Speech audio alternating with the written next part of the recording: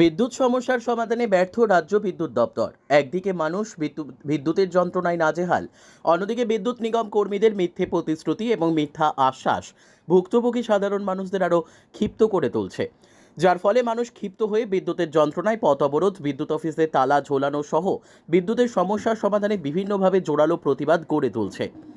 ঠিক একইভাবে রানীর খামার ঝরঝরিয়াস্থিত সূর্যমণিনগর বৈদ্যুতিক সাবডিভিশন অফিস সংলগ্ন এলাকায় গত 4 দিন ধরে বিদ্যুৎহীন অবস্থায় ভুগছে।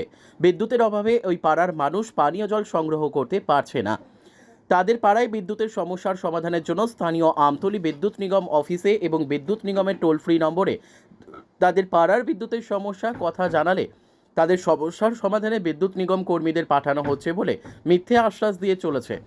কিন্তু দিন পেরিয়ে গেলেও, রাত হলেও গত 4 দিন ধরে বিদ্যুৎ নিগম অফিসের কোনো কর্মী তাদের পাড়ায় বিদ্যুৎ সমস্যার সমাধানে দেখা মিলছে না বলে অভিযোগ। ভুক্তভোগী সাধারণ মানুষের অভিযোগ, এইভাবে গত 4 দিন ধরে বিদ্যুৎ অফিসের পক্ষ থেকে তাদেরকে মিথ্যে আশ্বাস দিয়ে যাচ্ছে। অবশেষে বাধ্য হয়ে বৃহস্পতিবার রাত 10টা নাগাদ ভুক্তভোগী পাড়ার সাধারণ মানুষ তাদের এই বিদ্যুতের সমস্যা থেকে মুক্তি পেতে ঝরঝরিয়াস্থিত সূর্যমণিনগর বৈদ্যুতিক সাবডিভিশন অফিস ঘেরাও করে। বৈদ্যুতিক সাবডিভিশন অফিস থেকে তাদেরকে বলে দেওয়া হয়, রানা কি অফিসের ভেতরে বৈদ্যুতিক টেকনিশিয়ান বিষয়গুলি দেখে এলাকার বৈদ্যুতিক লাইনের সমস্যাগুলির বিষয়ে তারা অবগত নয়। পরে উত্তেজিত এলাকাবাসীদের তরফ থেকে যোগাযোগ করা হয় আমতলী বিদ্যুৎ নিগম অফিসে এবং বিদ্যুৎ নিগমের টোল ফ্রি নম্বরে, কিন্তু তারাও অন্যান্য দিনের মতো আবার মিথ্যে আশ্বাস দিতে শুরু করে।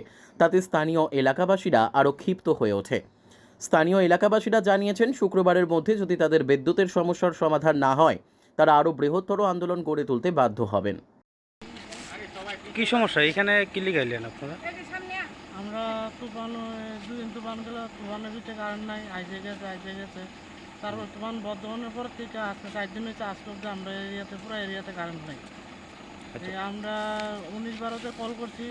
প্রথম তুফান যখন বদ্ধ হয়েছে তখন তো কল করে না, তারা খালি নাম্বার কল করার পরে নাম্বার বিজি। একদিন গেছে নাম্বার বিজি হইতে। তারপর তো অনেক কল করলে কল ঢুকে, কিন্তু তারা যে লোক আছে না, হেল্প সেন্টার কথা কখন যায় না। আমরা যে আইডির মাধ্যমে আমরা কমপ্লেন জানাইছি ওরা তারা উল্টা রিটার্ন কল করে আমরা সমস্যার কথা কইলে তারা আমরা লোক পাঠাইতেছি, ঠিক করে দিব, লোক আইতে আছে, এইসব কয়ে আজকে 4 দিন হয়ে গেছে। পর্যন্ত আমরা যে কারেন্ট নাই, আমরা বাড়ি করে কারোর জল নাই, খাওয়ানোর জল পর্যন্ত নাই। আচ্ছা 4 দিন ধরে আমরা ঘুম নাই, রাত্রেবেলা গরমের যন্ত্রণা, কিন্তু আমরা কোনো কারণে এটা সংশোধন পাইতেছি না। এরপর আমতলী অফিসের স্টাফের নাম্বার নিয়েছিলাম আমরা, এই অফিস থেকে ওই জায়গাতে ফোন করছি বলে তারাও লোক পাঠাইব আইব কয়ে আমরা ঘুরাইতেছে। আর এই কারণে আমরা বাধ্য হয়েছি অনেক সবাই মিললে এই কারেন্ট অফিসে আছি, এটা একটা সলিউশনের লেগে আছে। এটা আমরা কারেন্টটা কীভাবে আমরা পাইতে পারি। তো এখানে যখন আইছেন তারা কি মানে প্রতিশ্রুতি দিয়েছে? কাছে যাওয়ার পরে তারা কইছে আমরা এসব ব্যাপার জানি না, আমরা বাইরে, আমরা শুধু আমরা ভিতরে দায়িত্ব, বাইরের দায়িত্ব আমরা নাই। বাইরের দায়িত্ব হচ্ছে 19-12। তারপরে আমরা যখন কথা কইছি কোনো ইয়ে হয় না। তারপর তারা আমরা কথা কয়ে একটা নাম্বার দিয়ে দিয়েছে, বুঝে ওই নাম্বারে কথা কয়ে সেটা দেওয়া, এটা প্রমোশন হইব। ওই নাম্বারে ফোন করলে ফোন ধরেই না। আচ্ছা, এখন মানে আপনারা এখানে কয় পরিবার আছেন? আমরা এদিকে আছি 7 পরিবার। আচ্ছা, কি চাইতেছেন এখন বিষয়টা? আমরা কারেন্ট লাগে, কারেন্ট ছাড়া জল নাই, আমরা ঘুমাইতে পারি না। এই গরমের মধ্যে কে ঘুমাইতে পারে? খাওয়ার জল নাই, আমরা যে বাথরুমে গেলে যে ইউজ করবো এই জলও নাই। কোন এলাকায় এটা?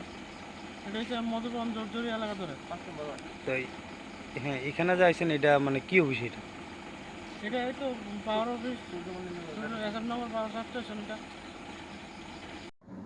Bureau report, news daily Bharat.